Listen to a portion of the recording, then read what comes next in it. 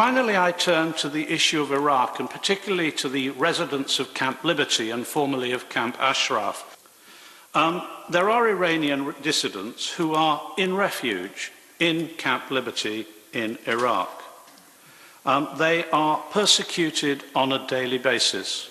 This week, they have been refused access by officials of the Iraqi government to medical prescribed therapy. In the past, they've been refused access to communications, they've been refused access to water, they've had their defensive walls removed from around their premises. There have been over 150 assassinations there. They have been unprotected by the Iraqi government. It's absolutely clear that Prime Minister Maliki, for this purpose, is a client of the government and regime of Iran, and that is why the residents of Camp Liberty are not being protected. And I've heard their moving and genuine testimonies from individuals. Most of them are middle-class business and professional people, and they need to be treated on a humanitarian basis. And we are not doing so at the moment, and nor are many other countries. And as a result, they have a complete lack of protection. They are supposedly being looked after to an extent by the United Nations, but United Nations officials like McCavity are never there when critical events occur. And as a result, a humanitarian scandal has erupted. I urge the Minister to declare very clearly to this House this afternoon that the United Kingdom is in the forefront of international efforts to save the lives of the residents of Camp Liberty and to give them safe haven elsewhere.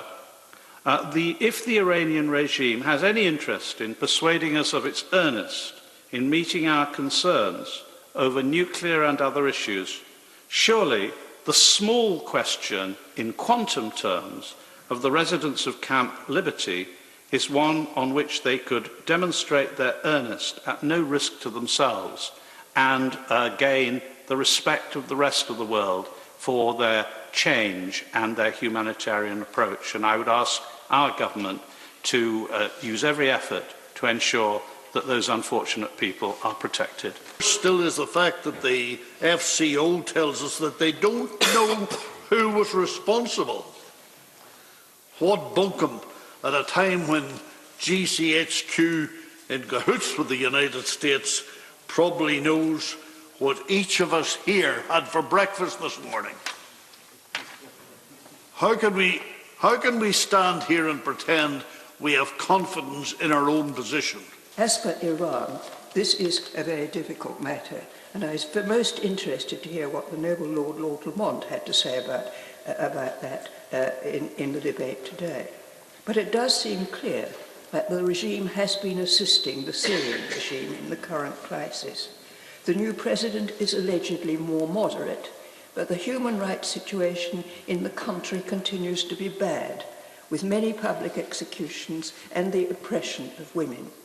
I and a number of my parliamentary colleagues have been in contact with Iranian refugees in the UK, and there is an opposition organisation committed to democratic change and led by a woman with an equality agenda.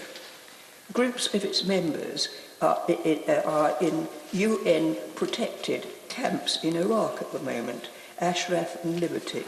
But unfortunately, because the present Iraq regime has links with the extremist links, I may say, with the Iranian government, the members of the camps have been subjected to harassment, and in certain cases there has been violence in which some of them have been killed. A number of us protested about this at the time, and we continue to do so, and I know that the government has from time to time raised objections as to what is happening to these vulnerable people. But these people in the camps of Ashraf and Liberty are entitled to protection, and I hope that our government will continue to press the Iraqi and other governments on that issue.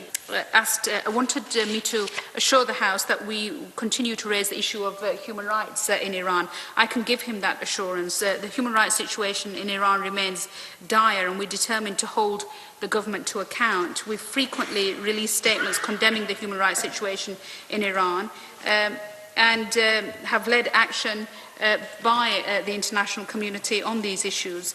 We've designated over 80 Iranians responsible for human rights violations under EU sanctions, and we've helped establish a UN Special Rapporteur on Iran and human rights and lobbied for the adoption of a human rights resolution. The Noble Lord McGuinness, the Noble Baroness Lady Turner, my noble friend Lord Carlyle spoke about Camp Ashraf. We condemn the killings of Camp Ashraf in Iraq on the 1st of September. We've called for the government of Iraq to investigate this deplorable attack and to bring those responsible to justice. The UN has also called on the government of Iraq to undertake a criminal investigation and to make its findings public. I'm grateful to the Minister, and I promise I won't interrupt her for long. But can I suggest to her that putting the onus on the Iraqis to investigate the killings in Camp Ashraf is a little bit like setting the fox into the chicken house